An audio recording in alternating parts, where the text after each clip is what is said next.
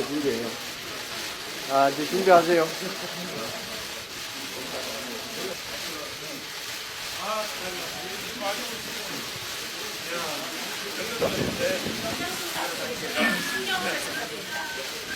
먼저 제가 국민들에게 늘 말씀을 드리고 그다음에 질문을 받겠습니다. 존경하는 국민 여러분, 오늘 일어난 이 사태는 문재인 대통령이 이승만 대통령이 구축한 미국과 일본과 전 세계와 함께하는 해양동맹으로부터 분리하고 북한과 중국과 러시아로 가는 대륙동맹으로 가겠다 하는 거기에 대한 국민의 저항으로 일어난 현상입니다.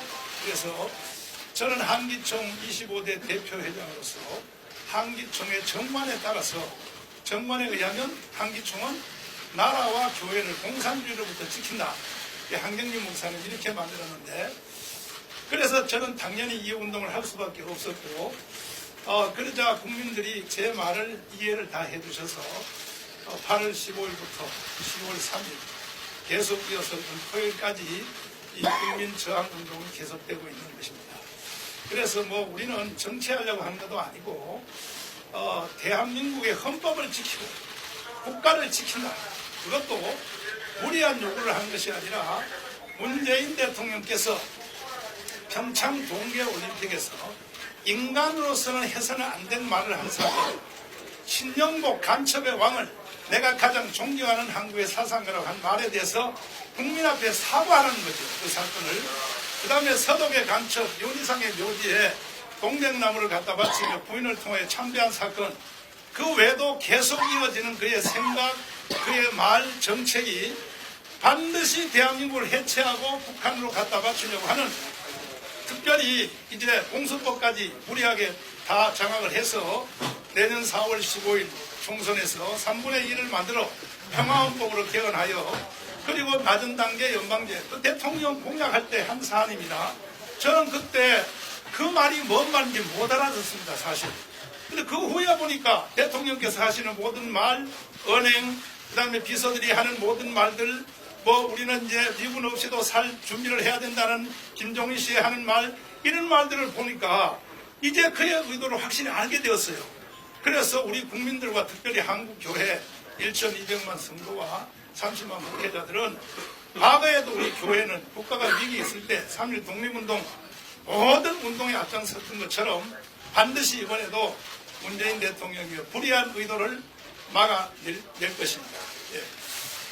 어쨌든 함께 해주신 국민 여러분에게 감사를 드리고, 제가 지금 여기 오기 전에 김동일 박사님한테 전화를 받았는데, 기쁨으로 다녀오라, 감옥을. 이번 토요일부터 내가 나간다. 나는 휠체어 타고 와서 감옥에서 죽겠다. 이러한 그 원로들이 저한테 격려 전화가 많이 왔습니다. 그래서 오늘 이렇게 왔는데, 현명하신 우리 사법당국에서는 분명히 잘 판단해서 특별히 10월 3일 날 있었던 다른 걸 가지고는 문제 삼지 않습니다. 10월 3일 날 했던 건국 후에 최고의 집회가 절 보고 뒤에서 폭력 집회를 사주했다. 이렇게 이제 그게 제 제목인데, 제라고 하면 제 제목인데, 그건 사실과 전혀 다르고요.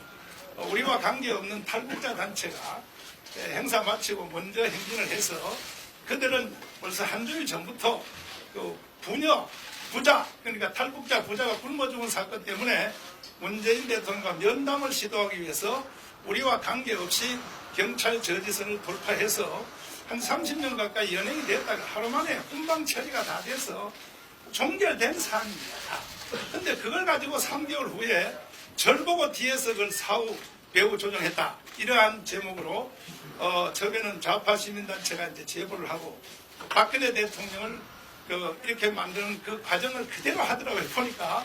그 다음에 이제 언론이 또 앞장서서 선동을 하고, 그 다음에 이제 경찰이 수사를 나서고, 이래서 진행되는데, 이런 건대한 일을 하면 안 되죠. 저한테는. 그래서 분명히 저는 사법당국이 현명하신 판단을 잘 해서 저의 애국운동을 아마 앞으로는 저를 도와줄 줄 저는 확신하고 오늘 이 자리에 왔습니다. 헌금 관계에 대해서 헌금요?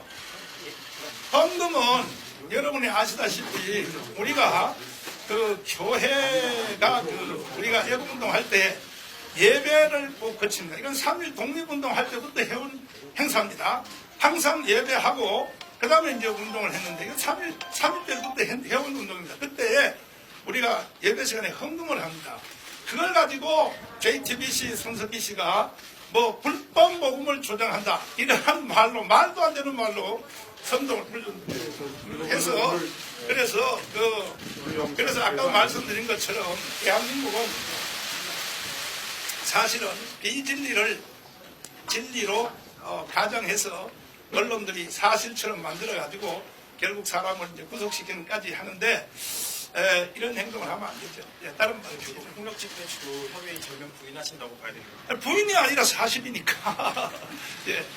예를 들어서 그날 그 탈북자들이 돌파해서 그 사건이 이루어져도 하루 만에 훈방 처리가 다 된 거거든요.